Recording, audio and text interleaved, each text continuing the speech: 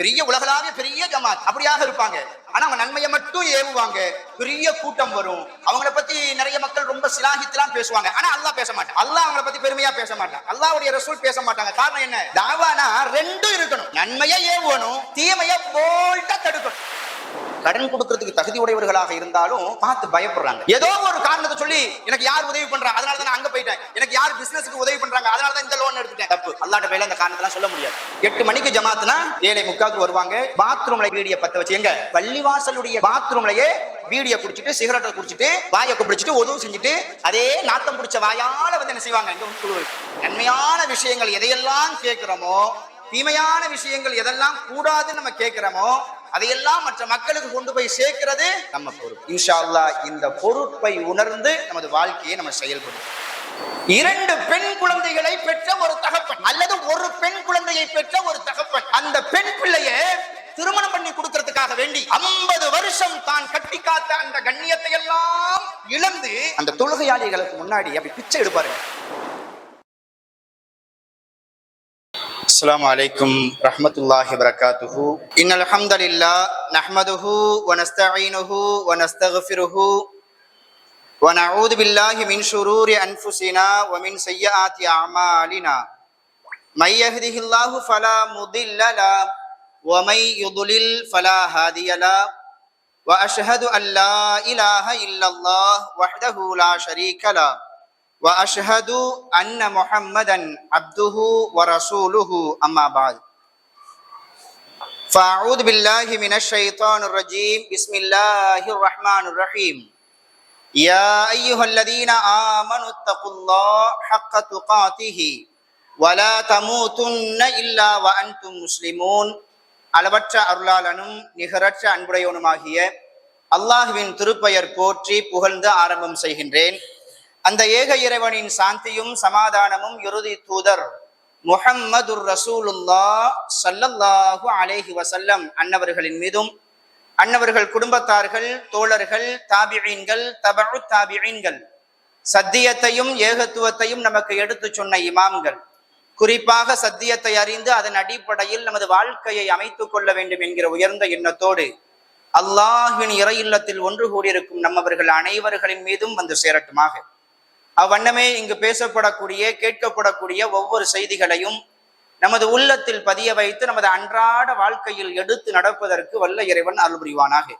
வாழக்கூடிய இந்த அற்பமான சொற்பமான இந்த வாழ்நாட்களில் மருத்துவமனையின் கஷ்டங்கள், அதன் சிரமங்கள், அதன் செலவீனங்களை விட்டும் முழுமையாக பாதுகாப்பு பெற்ற ஒரு வாழ்க்கையை அல்லாஹ் நமக்கும் நமது குடும்பத்தார்களுக்கும் தந்தல் புரிவானாக என்று பிரார்த்தித்தவனாக எனது உரையை நான் ஆரம்பம் செய்கின்றேன். ஆனா இங்க இருக்கிறவங்களை பார்த்து பேசுறது ரொம்ப கஷ்டம். பெரும்பாலும் ஜும்மாவா இருக்கட்டும், தர்பியாவா இருக்கட்டும், ஹத்தீபுக்கு முன்னாடி இருந்தீங்கன்னா அவங்கள நீங்களும் பார்த்துக்கலாம், இவங்களை அவங்களும் பார்த்துக்கலாம். இதுல என்ன பெரிய ஒரு நன்மை அப்படின்னா தூக்கம் வராது. ஏன் தூக்கம் வராது? நம்ம தான் சொல்லுவோம்ல, பாய் அவரை கொஞ்சம் எழுப்பி விடுங்க அப்படின்னு. சைட்ல இருந்தோம் அப்படின்னா ரொம்ப நேரம் பார்க்க முடியாது. அதனால இன்ஷால்லா வரக்கூடிய தர்பியாக்கள்ல, ஏன்னா இப்போ முடியாதுன்னு நினைக்கிறேன், வரக்கூடிய தர்பியாக்கள்ல முடிஞ்ச அளவுக்கு முன்னாடியே வந்து என்ன செய்யுங்க, இருக்க பாருங்க இன்ஷால்லா. எனக்கு இந்த தர்பியா நிகழ்ச்சியில கொடுக்கப்பட்டிருக்கக்கூடிய தலைப்பு பொறுப்புகளும் வெறுப்புகளும். அது என்ன பொறுப்புகளும் வெறுப்புகளும்? சில பொறுப்புகளை நம்ம விரும்பியே சில சமயங்கள்ல ஏத்துக்கிடுவோம், சில சமயங்கள்ல பொறுப்புகள் நம்முடைய தலையில சுமத்தப்படும். எப்படியோ பொறுப்பு நம்ம கையில வந்துடும். வந்ததுக்கு பின்னாடி ஒன்னு சொல்லால் அல்லது செயலால் எண்ணத்தால் கொடுக்கப்பட்ட அந்த பொறுப்பை சரியான ஒரு முறையில நிறைவேற்றுறதுக்கு வந்து தவறிடுறாங்க. அதுக்கு பேர் தான் வெறுப்பு. ஒரு பொறுப்பு கொடுக்கப்பட்டுச்சுன்னா அது அமானிதம். அந்த அமானிதத்தை சரியான முறையில பேணி பாதுகாக்கணும். ஏதோ ஒரு காரணத்தினால நம்முடைய சொல் சரியில்லாம போயிருது, நம்முடைய செயல் சரியில்லாம போயிருது, சில சமயங்கள்ல எண்ணங்கள் சரியில்லாம போயிருது. இதை குறிக்கிறதுக்காக வேண்டிதான் பொறுப்புகளும் வெறுப்புகளும் என்கிற ஒரு தலைப்பு கொடுக்கப்பட்டிருக்குது. இதுல சொல்லப்படக்கூடிய செய்தி நம்முடைய உள்ளத்துக்கு மருந்தாக அல்லாஹ் ரப்புல் ஆலமீன் ஆக்கி தருவானாக. ஒரு சின்ன ஒரு செய்தியை உங்களுக்கு ஞாபகப்படுத்துகிறேன். வஹி செய்தி வரும், குர்ஆன் ரசூல் ஸல்லல்லாஹு அலைஹி வஸல்லம் அவங்களுக்கு ஜிப்ரீல் வந்து என்ன செய்வாங்கன்னா குர்ஆனுடைய வசனத்தை வஹியாக சொல்லுவாங்க. சொல்லி முடிச்ச உடனே ரசூலுல்லாஹ் என்ன செய்வாங்கன்னா தன்னுடைய தோழர்கள்ல சில பேரை அழைப்பார்கள். அழைத்து சில பொறுப்புகளை கொடுப்பாங்க. அந்த சில பேர் யார்? அந்த வசனம் இறங்கின உடனேயே தன்னுடைய தோழர்களை எல்லாத்தையும் அழைக்க மாட்டாங்க. சில பேரை அழைத்து சில பொறுப்புகளை கொடுப்பாங்க. அந்த அழைக்கப்படக்கூடிய நபி தோழர்கள் யார்? பெயர்லாம் வேண்டாம், அவங்களுடைய தன்மை மட்டும் போதும். எழுத்தர்கள். எழுத்தர்களை கூப்பிடுவாங்க. கூப்பிட்டு அவங்கள்ட்ட என்ன சொல்லுவாங்க? இந்த வசனம் இறங்கிருக்குது, இதை நீங்க எழுதி வச்சுக்கங்கன்னு சொல்லுவாங்க. ஏன் ரசூலுல்லாஹ் அப்படி செஞ்சாங்க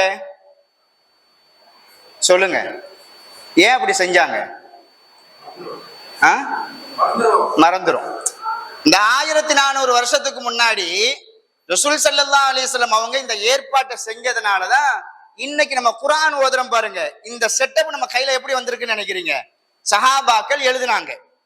எழுதுனதுனால அவங்களுடைய உள்ளத்துல பதிஞ்சுது. உள்ளத்துல பதிஞ்சதுனால ஓரளவுக்கு தன்னுடைய வாழ்க்கையில செயல்படுத்தவும் அவங்களுக்கு அது உதவியா இருந்துச்சு. இப்போ நம்ம எவ்வளவு தர்பியாவை அட்டென்ட் பண்ணியிருப்போம், எவ்வளவு பயான நம்ம கேட்டிருப்போம். ஆனா அந்த தர்பியா நிகழ்ச்சியிலையும் சரி, அந்த பயான் நிகழ்ச்சியிலையும் சரி, சொல்லப்பட்ட வசனங்கள், சொல்லப்பட்ட நபிமொழிகள், அது எல்லாமே எது வரைக்கும் தான் நம்முடைய உள்ளத்துல இருக்குது? எது வரைக்கும் இருக்கும்? இங்க இருக்கும் நினைக்கும் தான். பள்ளியை விட்டு நம்ம வெளியில போயிட்டோம் அப்படின்னாவே இந்த தர்பியா நிகழ்ச்சியில சொல்லப்பட்டதுக்கும் அந்த பயான்ல சொல்லப்பட்டதுக்கும் நமக்கு ரொம்ப தூரமா போயிடும். இந்த கீப்புன்னு சொல்லுவாங்கல்ல, அந்த மாதிரி ஏதோ ஒரு உலகத்துக்கு போன மாதிரி, ஏதோ ஒரு உலகத்துல கேட்ட மாதிரி ஆயிரும். அதனால தர்பியா நிகழ்ச்சிக்கோ அல்லது மார்க்க உபகரணம் இந்த மாதிரி நிகழ்ச்சிக்கு வரும் பொழுது நம்ம என்ன செய்துக்கலாம்னா, ஒரு நோட்டு, ஒரு பெண்ணு. என்ன சொல்றாரு அவர்? என்னைக்கு எழுத ஆரம்பிக்கிறாரோ கண்டிப்பா அது உள்ளத்துல பதியுங்க. எழுத்துக்கு தனியே அறிவு இருக்கு, தனியே ஒரு ஆற்றல் இருக்குது. அதனால இன்ஷா அல்லாஹ் மத்தவங்க செய்யறாங்களோ இல்லையோ, இளைஞர்களாகி நம்ம வந்து என்ன செய்வோம்? ஒரு நோட்டு பெண்ணை எடுத்து இந்த மாதிரி நிகழ்ச்சிக்கு வரும்போது நம்ம குறிப்பை எடுத்துக்கலாம். இன்ஷா அல்லாஹ் செய்யலாமா? செய்வோம். அதுல நிறைய நன்மைகள் இருக்கு. பொறுப்புகள். பொறுப்புகள் அப்படின்னு சொன்னாவே நம்முடைய சிந்தனைக்கு வரக்கூடிய முதல் நபிமொழி எதுவா இருக்கும்? எல்லாத்துக்கும் தெரியும். எது? குல்லுக்கும் ராயின் வ குல்லுக்கும் மஸ்ஊலுன் அன் ரஇயத்திஹி. உங்களில் ஒவ்வொருவரும் பொறுப்பாளிகள். புகாரி இமாம் தனது கிதாபுல 893வது நபிமொழியாக இந்த செய்தியை பதிவு பண்ணுவாங்க. நம்ம எல்லாத்துக்கும் தெரிஞ்ச நபிமொழி தான். குல்லுக்கும் ராயின் வ குல்லுக்கும் மஸ்ஊலுன் அன் ரஇயத்திஹி. உங்களில் ஒவ்வொருவரும் பொறுப்பாளிகள் தான். உங்களுக்கு கொடுக்கப்பட்ட அந்த பொறுப்பை குறித்து கண்டிப்பாக அல்லாஹ்விடத்துல விசாரிக்கப்படுவீர்கள். அல் இமாமு ராயின் வ மஸ்ஊலுன் அன் ரஇயத்திஹி. உங்கள தலைவர் இருக்கிறார்ல, அவருக்கு என்ன பொறுப்பு? தன்னுடைய குடிமக்களை எப்படி நீங்க நடத்துனீங்க, அவங்க விஷயத்துல எப்படி நீங்க நடந்துகிட்டீங்க, அல்லாஹ் கண்டிப்பா கேள்வி கேட்பான். அந்த கேள்வியை விட்டு ஒரு தலைவர் வந்து என்ன செய்ய முடியாது? தப்பிக்கவே முடியாது. வர்ரஜுலு ராயின் ஃபீ அஹ்லிஹி வ ஹுவ மஸ்ஊலுன் அன் ரஇயத்திஹி. ஒரு ஆண்மகன் தன்னுடைய மனைவியை பத்தி, பிள்ளைகளை பத்தி கண்டிப்பாக அல்லாஹ் இடத்துல விசாரணை உண்டு. நம்ம இந்த உலகத்துல வேணுமானா நான் தான் குடும்பத்துடைய தலைவர், என்ன யார் என்ன கேட்க முடியும்? கொண்டாட்டி மாதிரி ஏதாச்சும் ஒரு நல்ல விஷயம் சொன்னா கேட்கணும். நான் தான் சம்பாதிக்கிறேன், நான் தான் எல்லாம், அது என்ன நீ சொல்லி நான் கேட்கறது அப்படின்ற ஒரு மென்டாலிட்டியில வந்து என்ன செய்யக்கூடாது, போகக்கூடாது. நம்முடைய மனைவிமார்கள் நம்முடைய நன்மைக்காக வேண்டிதான் வந்து என்ன செய்வாங்க, சொல்லுவாங்க. அவங்களுடைய நல்ல விஷயங்களை நம்ம எடுத்துக்கணும். அப்ப இந்த உலகத்துல வேண்டுமானால் நான் குடும்பத்தினுடைய தலைவன், என்னை யாரும் எதுவும் கேட்க முடியாது அப்படின்னு நம்ம நினைக்கலாம்.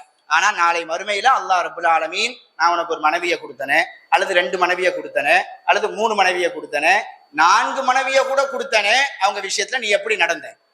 பிள்ளைகள் கொடுத்தனே, அவங்க விஷயத்துல எப்படி நடந்த? கண்டிப்பா கேள்வி கேட்பாங்க. இப்படி உலகத்தில் உள்ள எல்லா மனிதர்களுக்கும் அல்லாஹ் ஒரு பொறுப்பை கொடுத்திருக்கிறான். அந்த பொறுப்பை குறித்து கண்டிப்பாக நாம் விசாரிக்கப்படுவோம்.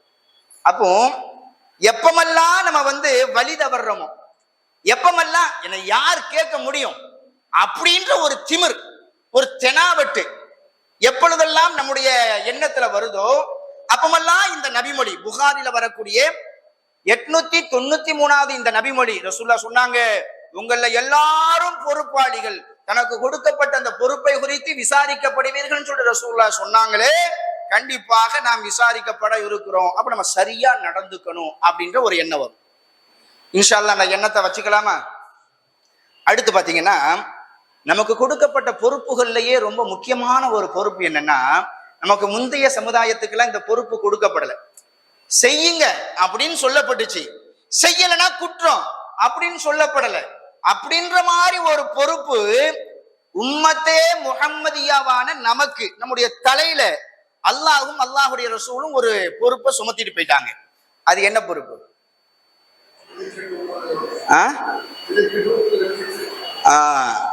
அல்லாஹ் ரப்பல் ஆலமீன் குர்ஆன்ல 3வது அத்தியாயம் 104வது வசனம், வல்தகும் மின்கும் உம்மத்துன் யதுஊன இலல் கைர் வயஅமுரூன பில் மஅரூஃப் வயன்ஹவுன அனில் முன்கர் வஉலாயிக ஹுமுல் முஃப்லிஹூன். உங்களில் ஒரு கூட்டம் கட்டாயமாக இருந்தே ஆக வேண்டும். யாரை பார்த்து சொல்றான்? நம்மளையே பார்த்து சொல்றான். உங்களில் ஒரு கூட்டம் கட்டாயமாக இருந்தே ஆக வேண்டும். அந்த கூட்டத்தினுடைய பணி என்ன? அந்த கூட்டம் செய்ய வேண்டிய செயல்பாடு என்ன? யதுஊன இலல் கைர், நன்மையின் பக்கம் மக்களை அழைப்பார்கள். வயஅமுரூன பில் மஅரூஃப், நல்லவற்றை மக்களுக்கு ஏவுவார்கள். வயன்ஹவுன அனில் முன்கர், தீமைகளை அவர்கள் தடுப்பார்கள். உங்களில் ஒரு கூட்டம் இருக்கணும். அந்த கூட்டம் எப்படிப்பட்ட கூட்டமா இருக்கணும்? அந்த கூட்டம் என்னென்ன விஷயத்தை எல்லாம் செய்வாங்க? 3 விஷயத்தை அல்லாஹ் சொல்றான். ஒன்னு என்ன? யதுஊன இலல் கைர், நன்மையின் பக்கம் அழைப்பது. இரண்டாவது யஅமுரூன பில் மஅரூஃப், நன்மைகளை ஏவுவது. வயன்ஹவுன அனில் முன்கர், தீமைகளை தடுப்பது. மொத்த எத்தனை விஷயத்தை சொல்றாரு அல்லாஹ்? 3 விஷயம். எழுதி வச்சுக்கிட்டீங்களா? இப்படி சொல்லிட்டு அல்லாஹ் சொல்றான், வஉலாயிக ஹுமுல் முஃப்லிஹூன், இவங்க தான் வெற்றியாளர்கள், இவர்கள் தான் வெற்றியாளர்கள். அப்போ நம்ம வாழக்கூடிய காலகட்டத்துல இந்த 3 அம்சங்கள்ல எது இல்லைனாலும் நம்ம எந்த கூட்டத்துல வரமாட்டோம்? முஃப்லிஹ், அது கூட்டத்துல வரமாட்டோம். ஆனா அல்லாஹ் அப்படித்தானே சொல்றான், வெற்றியாளர்கள்னா இந்த 3 விஷயங்கள் இருக்கணும். இதுல எதாவது ஒண்ணு விட்டா கூட அது சரி வராதுங்க. ஒண்ணு விட்டா கூட, உதாரணமா ஒரு ₹1 இருக்குது, செல்லணும் அப்படின்னா 2 பக்கம் தேவையில்ல. அதே மாதிரிதான் நன்மையை ஏவவும் செய்யணும், தீமையை தடுக்கவும் செய்யணும். அசனாவது. அப்போ ஒரு நாணயத்துக்கு எப்படி 2 பக்கம் தேவையோ, அதே போல ஒரு வெற்றியாளருடைய கூட்டத்துல நமது பெயர் பதியப்படணும் அப்படின்னா நன்மையை ஏவவும் செய்யணும், தீமையை தடுக்கவும் செய்யணும். எதுக்காக வேண்டி அல்லாஹ் 2ஐயும் சேர்த்து சொல்றான்னா, நன்மையை ஏவுறது கஷ்டமே கிடையாதுங்க. அதுல பெரிய அளவுல பிரச்சனைகள்லாம் வராது. ஒருத்தவற்றை போயிட்டு தொழுவுங்க, ஜக்காத்து கொடுங்க, நோன்பு வைங்க அப்படின்னு சொன்னா சண்டைக்கா வருவாரு? வரமாட்டார். சரிங்க பாய், செய்யறோம் பாய் அப்படின்னு சொல்லிட்டு போயிடுவார். ஒருத்தவர் குடிக்க போறாரு, டாஸ்மார்க் பக்கத்துல போய் நிக்கிறாரு, நம்ம தெரிஞ்சவரா இருக்கிறாரு, பாய் குடிக்க போகாத பாய். அல்லது ஒரு பாட்டில கையில வச்சுட்டு நிக்கிறான், குடிக்காதப்பா குடிக்காதப்பா வேணாம்பா அப்படின்னு சொன்னா என்ன ஆகும்? பாட்டில் எடுத்து மண்டையில அடிச்சிருவான். அப்போ நன்மையை சொல்லும் போது கூட சில பிரச்சனைகள்லாம் வராது. பெரும்பாலும் தீமையை தடுக்கும் பொழுதுதான், அந்த தீமையை கொஞ்சம் ஃபோர்ஸா தடுக்கும் போது பலவிதமான பிரச்சனைகள் வரும். அதனாலேயே நம்ம இஸ்லாமிய சமூகத்துல நிறைய அமைப்புகள் இருக்குல்ல, அதுல ஒரு சில அமைப்பு நன்மையை மட்டும் ஏவுவாங்க. காரணம் என்ன? நன்மையை மட்டும் ஏவுனாதான் பள்ளிவாசல்ல இடம் கிடைக்கும். தீமையை தடுக்க ஆரம்பிச்சோம்னா பள்ளிவாசலே இடம் கொடுக்க மாட்டாங்க. பள்ளிவாசல் நிர்வாகின்னு செஞ்சிருவாங்க, அவங்க பெட்டியை கட்டிட்டு வந்தாங்கன்னா நடைய கட்டு அப்படின்ட்டுருவாங்க. இதுக்கு பயந்தோ என்னவோ தெரியல, பெரிய உலகளாவிய பெரிய ஜமாத்து அப்படியாக இருப்பாங்க. ஆனா அவங்க நன்மையை மட்டும் ஏவுவாங்க, பெரிய கூட்டம் வரும், அவங்கள பத்தி நிறைய மக்கள் ரொம்ப சிலாகித்தெல்லாம் பேசுவாங்க. ஆனா அல்லாஹ் பேச மாட்டான், அல்லாஹ் அவங்கள பத்தி பெருமையா பேச மாட்டான், அல்லாஹ்வுடைய ரசூல் பேச மாட்டாங்க. காரணம் என்ன? தாவானா 2 இருக்கணும், நன்மையை ஏவணும், தீமையை போல்ட்டா தடுக்கணும். அது யாராக இருந்தாலும் சரி. அண்ணன் தம்பியா இருந்தாலும் சரி, அக்கா தங்கச்சியா இருந்தாலும் சரி, நண்பனா இருந்தாலும் சரி, முதலாளியா இருந்தாலும் சரி, ஒரு ஜமாத்துல நம்ம சாதாரண தொண்டனா இருக்கிறோம், ஒரு ஜமாத்துடைய தலைவர் செஞ்சாலும் சரி எதிர்க்கணும், அதை போராடணும். அப்ப இந்த ரெண்டும் இருக்கணும். ஓகேங்களா? அப்போ நன்மையை ஏவி தீமையை தடுக்கக்கூடிய ஒரு கூட்டம் கட்டாயமாக உங்களில் இருந்தே ஆக வேண்டும் அப்படின்ற இந்த வசனத்தின் மூலமாக அல்லாஹும் அல்லாஹுடைய ரசூலும் நம்ம தலையில மிகப்பெரிய ஒரு பொறுப்பை கொடுத்துட்டு போயிட்டாங்க. நன்மையை ஏவக்கூடிய பொறுப்பு, தீமையை தடுக்கக்கூடிய ஒரு பொறுப்பு. இந்த பொறுப்பை நம்ம கட்டாயமா செய்யணும். ரசூல் ஸல்லல்லாஹு அலைஹி வஸல்லம் அவங்க சொல்லுவாங்க, புகாரி இமாம் தனது கிதாபில 3461வது நபிமொழியாக பதிவு பண்ணுவாங்க. அவங்க பதிவு பண்ணது 3000 சொச்சம் தான். ஆனா இந்த ஹதீஸை நம்ம 4000க்கு மேல, லட்சத்துக்கு மேல நம்ம கேள்விப்பட்டிருப்போம். என்ன செய்தி? பல்லிகு அன்னி வலவாயா, என்னை குறித்து ஏதாச்சும் ஒரு செய்தி உங்ககிட்ட வந்துச்சுன்னா அதை மற்ற மக்கள்கிட்ட போய் சேர்த்துருங்க. இது முக்கியமான பொறுப்பு தானே. ரசூல்லா நம்ம கிட்ட தலையில ஒப்படைச்சிட்டு போயிட்டாங்க. அதனால நன்மையான விஷயங்கள் எதையெல்லாம் கேட்கிறோமோ, தீமையான விஷயங்கள் எதெல்லாம் கூடாதுன்னு நம்ம கேட்கிறோமோ, அதையெல்லாம் மற்ற மக்களுக்கு கொண்டு போய் சேர்க்கிறது நம்ம பொறுப்பு. இன்ஷா அல்லாஹ் இந்த பொறுப்பை உணர்ந்து நமது வாழ்க்கையை நம்ம செயல்படுத்தணும். இன்னும் நிறைய செய்திகள் இருக்குது, நேரம் குறைவா இருக்கிறதுனால உள்ள டாபிக்குள்ள வந்துடுறேன். ஒரு 40 வருஷத்துக்கு முன்னாடி, எனக்கெல்லாம் 35 வயசு 36 வயசு இருக்கிறதுனால எனக்கு அப்ப தெரியாது. 40 வருஷத்துக்கு முன்னாடி நமது தமிழகத்துல முஸ்லிம்களுடைய நிலைமை எப்படி இருந்துச்சு? முஸ்லிம்களுடைய நிலைமை மார்க்க விஷயத்துல, இஸ்லாம் குறித்த ஷரியத் விஷயத்துல முஸ்லிம்களுடைய நிலைப்பாடு எப்படி இருந்துச்சு? எவ்வளவு பெரிய பாவங்கள் எல்லாம் தலைவிரிச்சு ஆடிச்சு அப்படின்றத என்னைய விட கேட்கிற உங்களுக்கு ரொம்ப தெரியும். நிறைய பாவங்கள், அதுல குறிப்பிட்டு சொல்லணும் அப்படின்னா ஷிர்க சொல்லலாம். ரொம்ப தலைவிரிச்சு ஆடிச்சு. எந்த அளவுக்கு அப்படின்னா, ஷிர்க்கும் இஸ்லாமும் ஒண்ணு அப்படின்ற மாதிரி இருந்துச்சு. ஷிர்க் செய்வாங்க. எப்படி செய்வாங்கன்னா, அதுதான் இஸ்லாம் அப்படின்னு சொல்லிட்டு செய்வாங்க. அந்த அளவுக்கு ரொம்ப புறையூறி போய் கிடந்துச்சு ஷிர்க். ரெண்டாவதா சொல்றான், எதை சொல்லலாம்? ஒரு 40 வருஷத்துக்கு முன்னாடி மதுஹப சொல்லலாம்ல. இந்த ஷிர்க்குக்கு அப்புறம் ஷிர்க் செய்யக்கூடிய ஒரு கூட்டம் நிறைய இருந்துச்சு. அதுக்கப்புறம் அவங்கள பீட் பண்ணக்கூடிய அளவுக்கு மிகப்பெரிய ஒரு கூட்டம்னா அது யாராக தான் இருப்பாங்க? மதுஹபை பின்பற்றக்கூடிய ஒரு கூட்டம் இருந்துச்சு. ஓகேங்களா? நான் மதுஹபன் அப்படின்னு சொல்றதுக்கு காரணம் என்ன அப்படின்னா, குர்ஆன் ஹதீஸ் ஒரு விஷயத்த சொல்லும், இது இப்படித்தான் அப்படின்னு. மதுஹப் கிதாபுல அதுக்கு நேர் மாற்றமா ஒரு விஷயம் சொல்லப்பட்டிருக்கும். ஆனா இந்த முஸ்லிம் சமூகம் இப்ப இல்ல, அந்த 40 வருஷத்துக்கு முன்னாடி குர்ஆன்ல ஒரு விஷயம் சொல்லப்பட்டிருக்கும், அதுக்கு நேர் மாற்றமா மதுஹப்ல ஒரு விஷயம் சொல்லப்பட்டிருக்கும். இந்த முஸ்லிம் சமுதாயம் எதுக்கு முக்கியத்துவம் கொடுத்தாங்க? சுன்னாவுல ஒரு விஷயம் தடுக்கப்பட்டிருக்கும், அதுக்கு நேர் மாற்றமா ஆகும்னு சொல்லிட்டு மதுஹப்ல சொல்லப்பட்டிருக்கும். முஸ்லிம்கள் எதுக்கு முக்கியத்துவம் கொடுத்துட்டு இருந்தாங்க? இந்த மாதிரி ஒரு சூழல் இருந்துச்சா இல்லையா? நம்ம அதுல இருந்து நம்ம வந்திருக்கிறோம். இந்த மாதிரி பாவங்கள் ரொம்ப தலைவிரிச்சு ஆடிச்சு. நான்காவதாக சொல்லணும் அப்படின்னா வட்டி. இன்னைக்கு கூட நம்முடைய வாழ்க்கையை விட்டும் பிரிக்க முடியாத ஒரு அம்சமா இருக்குது. வேற வேற பேர்ல நம்ம மக்களே என்ன செய்யறாங்கன்னா அந்த வட்டியை பயன்படுத்துறாங்க. நேரடியா பேங்க்ல போயிட்டு நகைய வச்சு வட்டியை வாங்கினாதானே அது வட்டி. Bank loan, home loan, vehicle loan, business loan, இதுக்கெல்லாம் நம்ம எதையுமே வைக்க தேவையில்லை. டாக்குமெண்ட்ல மட்டும் சைன் போட்டா போதும். அப்புறம் என்ன ஆயிரும்? எல்லா பணத்தையும் நமக்கு தந்துருவாங்க. அன்னையோட நம்ம நிம்மதி எல்லாமே போயிடும்.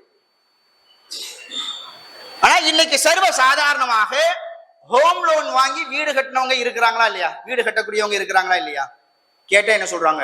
வீடு கட்டுறதுக்கு எந்த சொந்த பந்தங்கள் எனக்கு காசு தந்து உதவுறாங்க, அதனாலதான் நான் லோன் எடுத்துட்டேன்.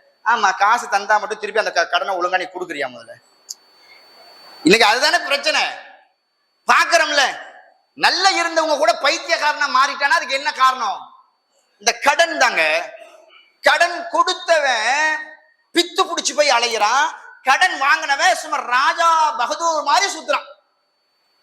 கடன் கொடுத்தவன்ட்ட ஒரே ஒரு கேள்விதான், எப்பா என் காசை எப்பப்பா தருவேன்? கடன் வாங்கினான் பாருங்க, 10 பதில் வச்சிருக்கிறான். எத்தனை பதில்? 10 பதில். என்ன பதிலா? என்னப்பா ஒரே கேட்டுக்கிட்டே இருக்கிற? உன் காசை கொண்டு ஓடிட்டா போயிட போற. ஐயே நச நச நசன ஒரே வந்து 10 பதில் வச்சிருக்கிறாங்க. நொந்து நூலாய் கொடுத்த காசு கண்ணுக்கு முன்னாடி இப்படி ஏமாற்றப்பட்டுச்சுன்னா எப்படி இருக்கும்? அதனாலதான் இன்னைக்கு நிறைய மக்கள் கடன் கொடுக்கறதுக்கு தகுதி உடையவர்களாக இருந்தாலும் பார்த்து பயப்படுறாங்க. ஏதோ ஒரு காரணத்தை சொல்லி எனக்கு யார் உதவி பண்றா அதனாலதான் நான் அங்க போயிட்டேன், எனக்கு யார் பிசினஸுக்கு உதவி பண்றாங்க அதனாலதான் இந்த லோன் எடுத்துட்டேன். தப்பு. அல்லாட்ட போயில இந்த காரணத்தெல்லாம் சொல்ல முடியாது. அப்போ ஒரு 40 வருஷத்துக்கு முன்னாடி இப்படிதான் வட்டி ரொம்ப புறையூறி போய் கிடந்துச்சு. அடுத்து நம்ம சொல்றதா இருந்துச்சுன்னா எதை சொல்லலாம்? போதை பொருளை சொல்லலாம்ல. அது ரொம்ப இருந்துச்சு. அதுல ரொம்ப இருந்துச்சு அப்படின்றதை விட அந்த போதையில ஒரு அடக்கம் தான் அந்த பீடியும். அது மனசுல பதிய வச்சுக்கணும். அந்த போதையில ஒண்ணுதான் சிகரெட்டு. நம்ம போதைனா அந்த பாட்டிலா சாராயம் குடிக்கிறது, அபினு கஞ்சா இதெல்லாம் யூஸ் பண்றதுதான் போதை அப்படின்னு நம்ம நினைச்சிட்டு இருக்கோம். இல்ல, அல்லாஹ் ஒரு பாவத்தை இதை செய்யாதன்னு சொல்றான்.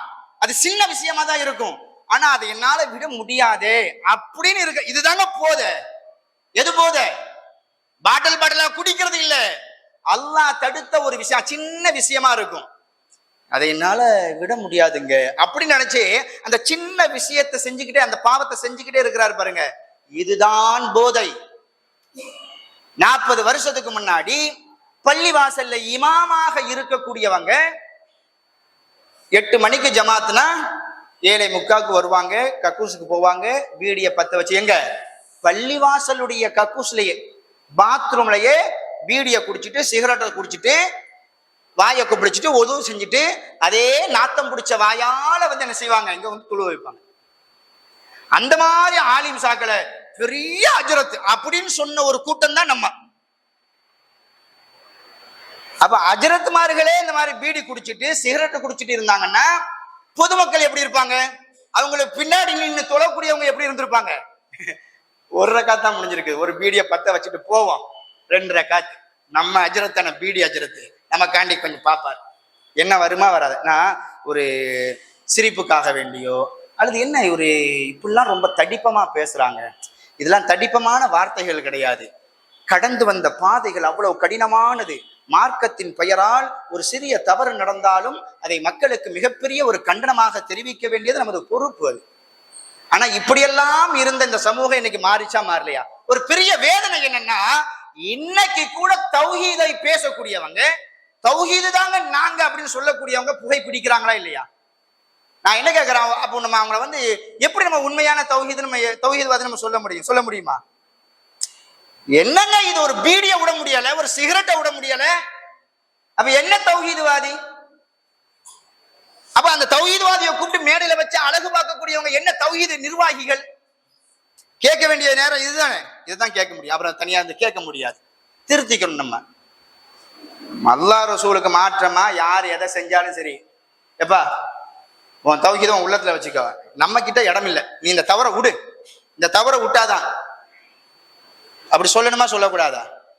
அதுதான் உண்மையான ஒரு தாயிக்கும் அழகு, ஒரு பொறுப்பாளிகளுக்கும் அழகு. அப்போ 40 வருஷத்துக்கு முன்னாடி அவ்வளவு போதை இருந்துச்சு.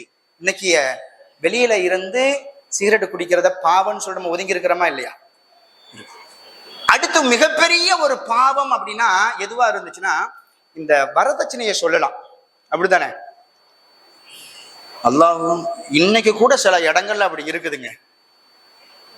ஒரு காலகட்டத்துல இப்போ ஒரு கொஞ்சம் வருஷமா தான் நம்ம தௌஹீது ஏகத்துவம் அப்படின்னு சொல்லிட்டு பயான் பேசிட்டு இருக்கிறோம். நம்ம படிச்ச இடம்லாம் வேற, ஒர்க் பண்ண இடம்லாம் வேற.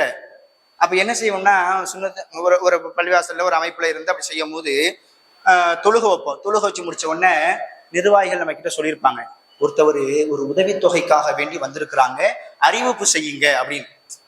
என்ன அறிவிப்பு அப்படின்னா,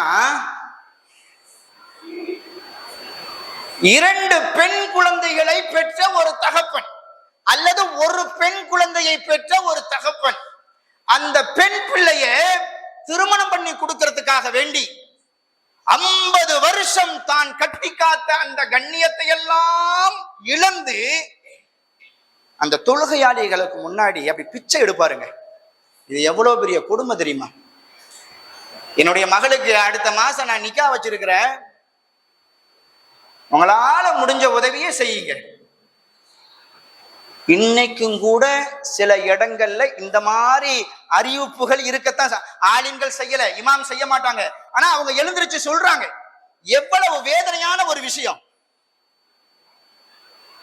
40 வருஷத்துக்கு முன்னாடி ஒருத்தவர் ஒரு பள்ளியில இப்படி நின்று சொன்னார்னா அது ஆச்சரியப்படக்கூடிய விஷயம் இல்லைங்க. இன்னைக்கு தௌஹீதுடைய பள்ளியிலேயே, குர்ஆன் ஹதீஸ பேசக்கூடிய ஒரு பள்ளியிலேயே தொழுக முடிஞ்ச உடனே ஒரு வயதானவர் எழுந்திருச்சு, என்னுடைய மகளுக்கு நான் திருமணம் வச்சிருக்கிறேன், உதவி செய்யுங்க அப்படின்னு சொல்றாரு. அப்படின்னா அதுக்கு காரணம் யாருன்னு நினைக்கிறீங்க? யாரா இருப்பாங்க?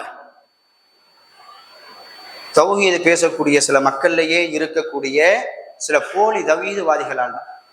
ரொம்ப பெரிய மனசு வருத்தம். ஏன்னா மற்றவங்களை நம்ம சொல்லவே முடியாது. ஏன்னா அவங்க கொள்கையில சரின்னு இருக்கிறாங்க. நம்மளை பத்தி தான் நம்ம பேச முடியும்.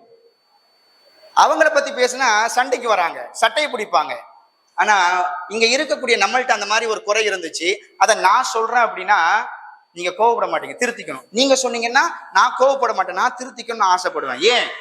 குர்ஆன் ஹதீஸ் பேசப்படுது. குர்ஆன் ஹதீஸுக்கு தான் நம்ம தலை வணங்குவோம், வேற யாருக்கும் தலை வணங்க மாட்டோம். வரதட்சணைனா சாதாரணமான வரதட்சணைலாம் கிடையாதுங்க. ஒரு காலகட்டத்துல ஒரு பெண்ணை பெற்றவர் திருமண பேச்சு எடுத்துட்டாங்க அப்படின்னாவே அவருக்கு நைட்லாம் தூக்கம் வராது. பிள்ளைக்கு அதை செய்யணுமே, இதை செய்யணுமே, அந்த சாப்பாடு வைக்கணுமே, இந்த சாப்பாடு வைக்கணுமே, நகை போடுறதெல்லாம் அப்புறங்க. முதல்ல சாப்பாடு இருக்கு பாருங்க, எத்தனை வகையான சாப்பாடு வைப்பாங்கன்னு நினைக்கிறீங்க? இது எல்லாரும் யார் தான் வைக்கணும்? இது எல்லா சாப்பாட்டையும் யார் தான் வைக்கணும்? பெண் வீட்டார் தான் வைக்கணும்.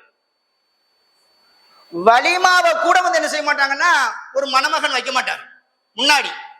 இப்ப வலிமாவை வச்சிடறாரு, ஆனா அந்த வலிமாவோடு சேர்த்து மத்த அனாச்சாரங்களையும் செஞ்சிடறாங்க.